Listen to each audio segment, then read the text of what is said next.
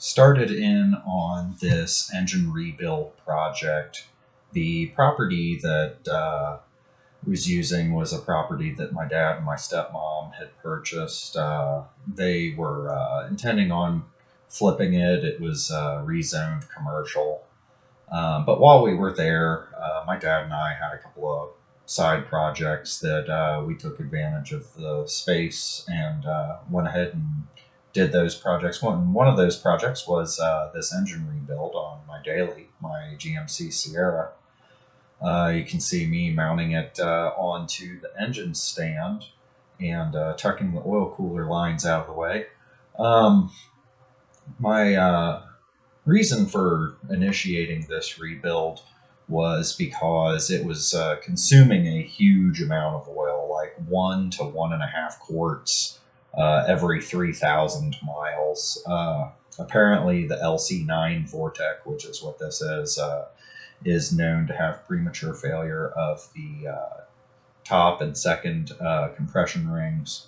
And there's actually a class action lawsuit about it, but I guess it didn't get enough steam to really go very far. You can see taking off the valve covers here, kind of going through and just removing components, knock sensors, crank sensors, spark plugs, things like that. Just kind of picking over and milling about. This is actually the first engine rebuild that I've ever done, other than small gas equipment engines. You can see taking the rocker arm bolts out, having to break them all loose with a ratchet first, and then zip them out with the electric ratchet. That Milwaukee, I'll tell you what, it held up really well, and I abused it during this project. Alright, you guys, here it is. The moment of truth. Oh my god. That is it. And you see, the way that this happens is all the magic happens and it goes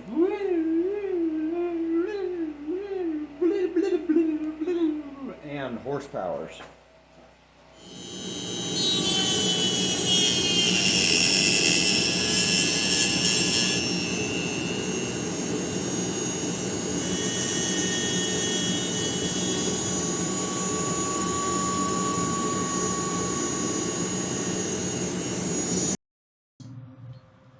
Numbering your components for your rotating assembly is a really good thing to do. Helps you to keep everything in order. Also, the rod caps are actually part of the original casting of the rod, and when they make them, they actually fracture the caps off of the original rod casting.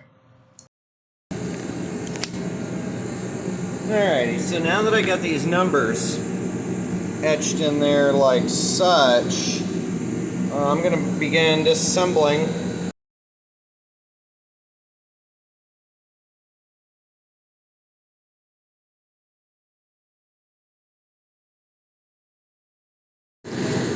Alright guys, so about halfway through the evening, probably third or fourth night I've been working on this. I got the blocks stripped down, got the rotating assembly out, got the main bearings out. As you can see, this thing's sticking out of the engine here. That is my cam bearing removal and installation tool. You can see the mandrel is just kind of hanging out right there in the very back of the engine. And so got the fourth and fifth out. I gotta flip it around to get 3, 2, and 1, and to do that I'll probably end up moving it over to the workbench, heavy duty workbench over here.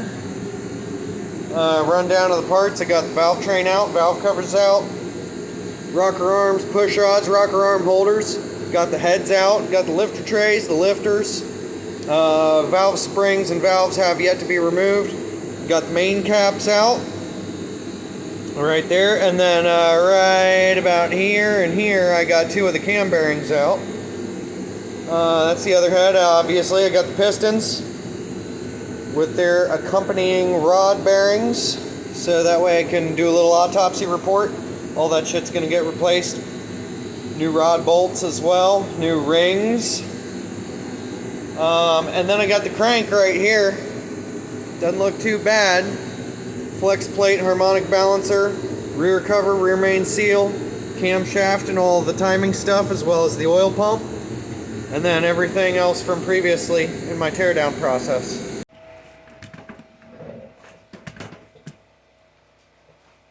Alright y'all, so as I'm doing this right here, I don't know if you can see this, I'm basically just taking a razor blade and scraping away at the carbon deposits on the top of the cylinder. I've soaked this cylinder, or this piston, once in the chem dip, and now I am scraping away the really hard stuff. And then once I get that off, then give it another quick dip, and then final rinse, and then oil any of the parts that are made out of ferrous metal. For I don't know if you can see these in here, but basically I'm taking a hook-shaped pick and going in, and just like a dentist cleaning plaque off of a tooth, basically just going in, and if it's a cast surface, then you're fine to use the pick. You just don't want to scratch too hard. You just want to scratch that gunk off of there. Alright guys, so here you see it. Here is clean piston versus dirty piston. Can see it from over this side as well. That's what it's looking like. This is my bucket of chem dip. I've got the little plastic tray that comes with it that holds all your parts. Okay, so here I'm basically going to be using my Dremel with a straight, let's see if I can get that to focus there. Basically it's a steel wire brush, but all the bristles are pointed straight. And what I'm doing, I'm taking this in my right hand like a pencil, taking this brake cleaner in my left hand, just kind of going, hitting it with a little bit of brake clean, scrubbing it out. I've got an old intake and exhaust valve right here and right here. These are like my little guards to keep me from messing with the valve seat. And I think what I'm going to do is I'm just going to clean these guys up. If I do any porting, it's going to be very minimal. And then use the 3-angle valve cutter.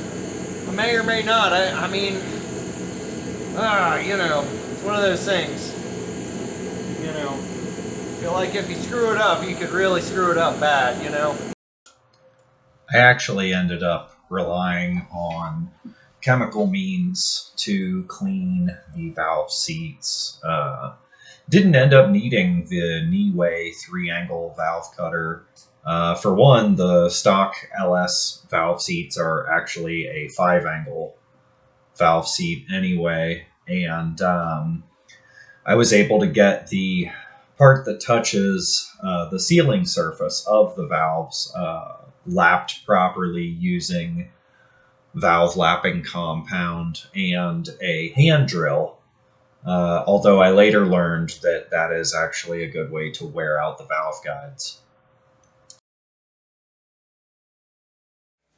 I got 1, 2, 3, 4, 5, 6, 7, 8. 8 clean pistons, bitch. 8 clean pistons, bitch. So today I'm going to be putting my cam bearings into my 4th gen LC9 5.3 liter Vortec engine. I've got the lifter bores cleaned out with brake cleaner, so there's no oil, grease, or dirt. And then I've also got the cam bearings themselves wiped clean and There's 3 part numbers that come in this package. 2 of them will go in either position 2 or 4, 2 of them will go in either position 1 or 5, and 1 of them only goes into position 3. I've got my Summit Racing cam bearing installation tool that I'm going to be whacking with a hammer. And basically I take the mandrel off of the end of that tool, place it in along with the cam bearing, knock in number 1, knock in number 2, knock in number 3, then I flip the block around and then knock in 4 and 5.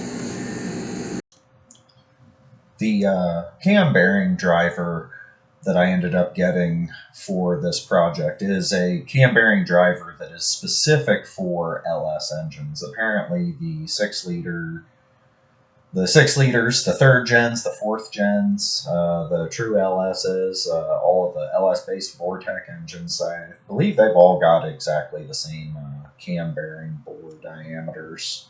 Not 100% sure, but you know, it seems like that's kind of just sort of something that they kept throughout the designs of the variants of this block. One thing I want to note, it was actually the cam bearing bores, not the lifter bores. I misspoke earlier in the video. But I want to make sure that you don't have any grease or oils on the outsides of the cam bearings or on the inside of the cam bearing bores prior to installation.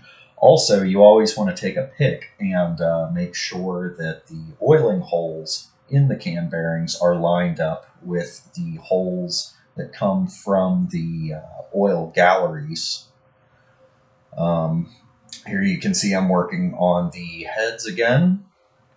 I used all milling valve train components. You can see me applying lapping compound to a valve, placing the valve into a valve guide, and then actually spinning.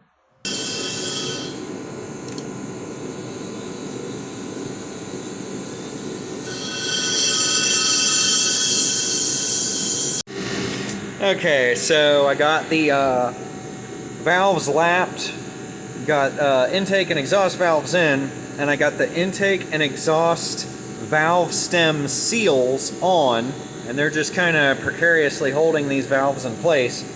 And then right here I got my trick flow valve spring compressor tool, and I've got the beehives with the retainers on top, and I'm going to get those down below the level of that detent on the end of the valve stem, and then I'm going to insert these valve spring retainer keepers, and that's going to be what holds them in place.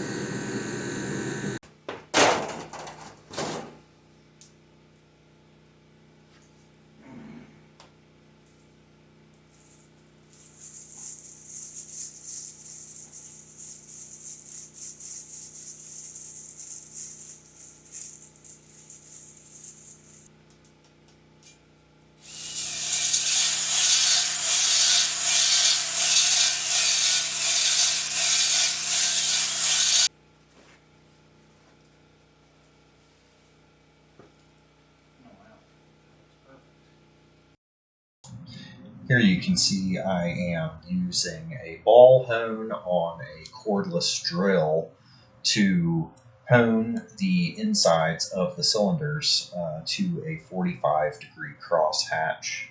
I want to clean out the oil and the powdered metal created by the honing process, and then lubricate the insides of the cylinders with either motor oil or transmission fluid in order to prevent flash rusting on the sleeves that are inserted into the cylinder bores.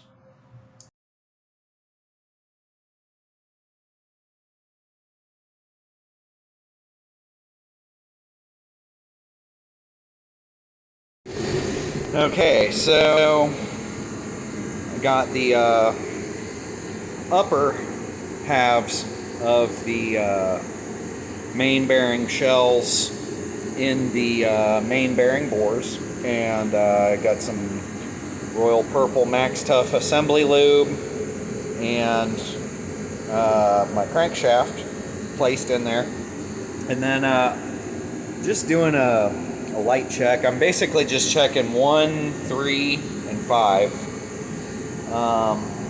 Got my plastic gauge set here. Going to do a preliminary torque down, see what my bearing clearances are, and if I'm within spec, and if I'm good to go, then I'm going to button her up and then put some pistons in. These are my main caps. I've got them cleaned, wiped down with some brake cleaner, and I got the main bearings pre-installed in there. My main bolts had some transmission fluid on them to keep them clean while I was waiting for final assembly. I'm gonna have to clean them off with some brake cleaner before I begin final assembly. And yeah, here we go.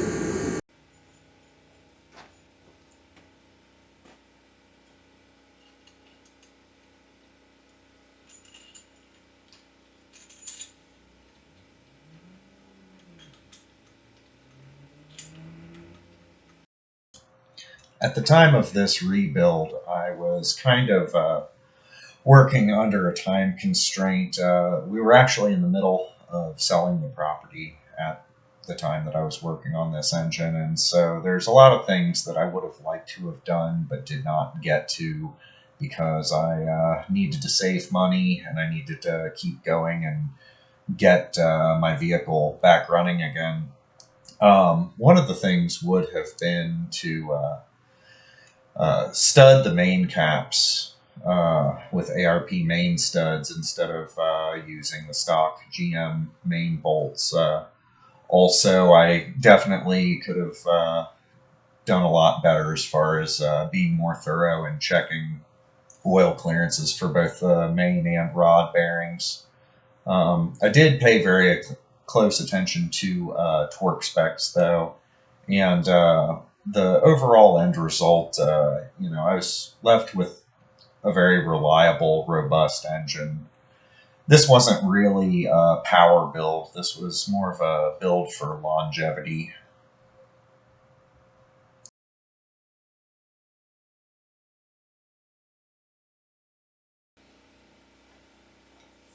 Alrighty, so the inner main bolts get torqued to 15 foot-pounds, then an additional 80 degrees of angle.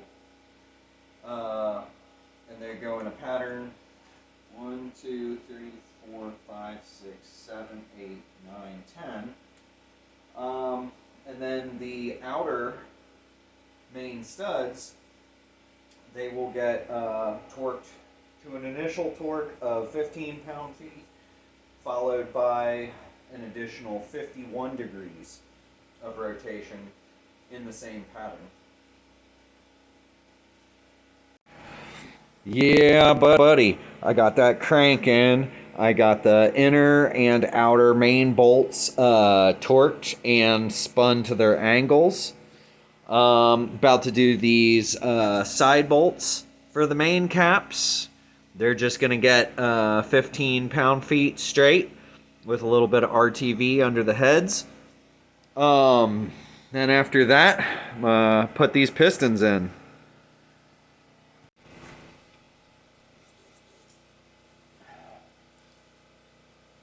So what I'm doing now is I'm clocking my piston ring end gaps with the top of the piston. If the dot that faces forward is 6 o'clock, then the oil expander and third groove rings will go at like 3 o'clock, and then a little below and a little above. The second groove ring will go at 6 o'clock, and the first groove ring end gap will go at 12 o'clock. And The oil expander and oil rings I'm putting on by hand. They're pretty flexible. But to avoid damaging the compression rings, I'm using a ring expander tool just to make sure that I get them on there properly. And here's how this is going. Okay, so I got my first piston in, and the rod is lined up with the rod journal. And I've got this little piece of plastic gauge right here. I'm going to set that plastic gauge right there on the rod journal. And then I got my rod end caps. And I'm going to look for the tooling mark here. It's over there. Okay, and I'm going to go ahead and I'm just going to put this one on, torque it down to spec, see what it looks like. And you know, my main bearings, every single one of them were absolutely perfect, and this engine wasn't really abused, and I'm pretty sure that my bearing tolerances with brand new bearings are going to be good all the way around. And I'm just going to take a look at this one, and if it's good, and I'm just going to run it down to the torque spec with all the rest of them. Okay, so now after tightening down the rod end cap and doing all that, it squished the plastic gauge. Now I'm going to take my little measuring device here, and it's yeah,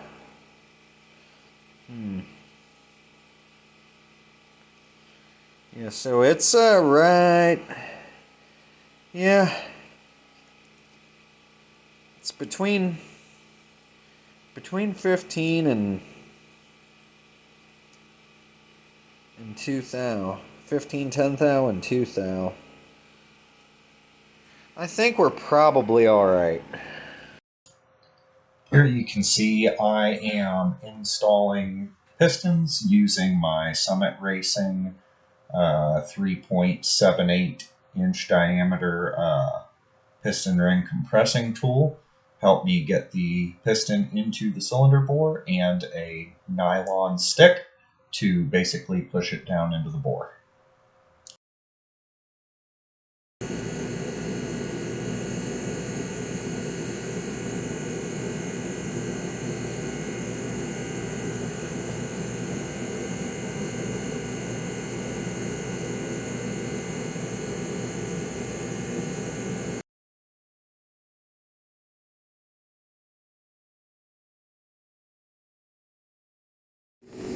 Here she is, Bubba. I didn't get much recordings of the painting process, but I basically used a rattle can primer, rattle can engine enamel from AutoZone, and did good on the surface prep, sanding all of the components that were painted and cleaning them with isopropyl alcohol prior to painting.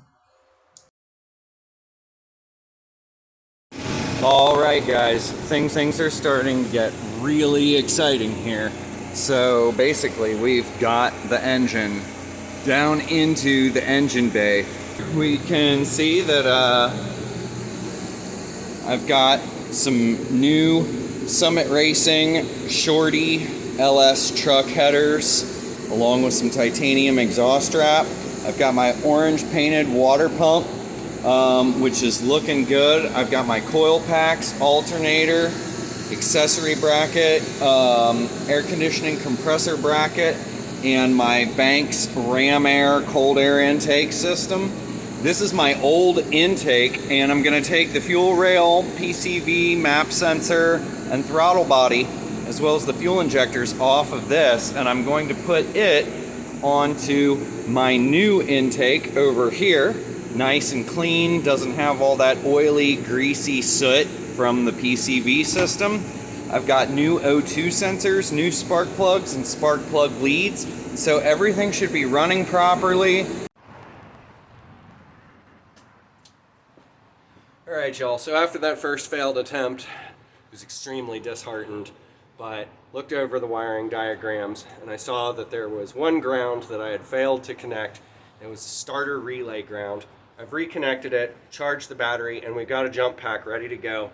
Now mind you, it's not going to start all the way at first because I have the coils packs disconnected so that I can build a little oil pressure first. So it's going to be a little bit of cranking and then probably putting a jumper pack on and then starting it for the first time since it's rebuild. So first I got to connect the battery.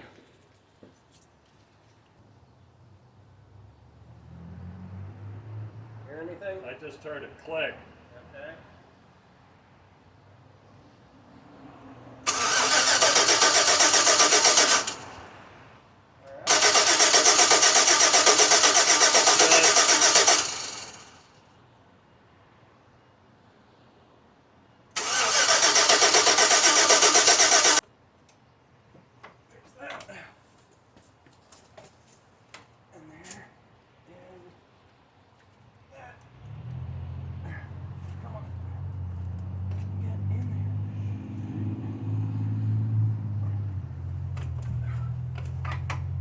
Now it's got the little lock key Yeah. on it.